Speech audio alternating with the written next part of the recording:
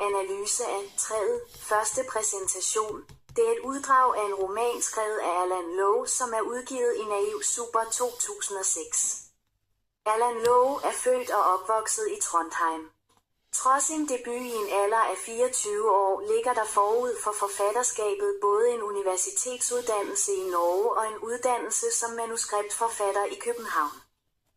Den norske forfatter Allan Lowe tog mange læsere med storm med romanen Naiv Super. Dens forunderlige blanding af eksistentiel angst, filosofiske og kosmologiske overvejelser og den barnlige, naivistiske forundring og legende omgang med hverdagens små tildragelser udtrykker en original stemme i nyere norsk litteratur. Anden genretræk. Det er et uddrag af en roman, man betragter det som en novelle. Det er en realistisk historie, man kan opleve det i virkeligheden. Det er en kort historie. Der er få personer, barnebarnet som fortæller, morfar, mormor, 3 drengene og rektor. Historien strækker sig over kort tid, cirka 9 måneder fra efterår til forår. Starten for historien er traditionelt anslag. I teksten det står, i aften tænker jeg på min morfar. For nogle uger siden fortalte han mig en historie. Det er en historie om en god verden. Historien er lukket slutning. Slutninger ender med at drengene betalte deres gæld, morfar gav deres pengene tilbage og barnebarnet tænker på drengene. I teksten det står, jeg tænker på, hvad de laver nu. De har sikkert selv familier og haver med æbletræ. Jeg tænker på, om jeg er en hædersmand. Det er kronologisk opbygget med flashback. Handlinger sker i en rækkefølge.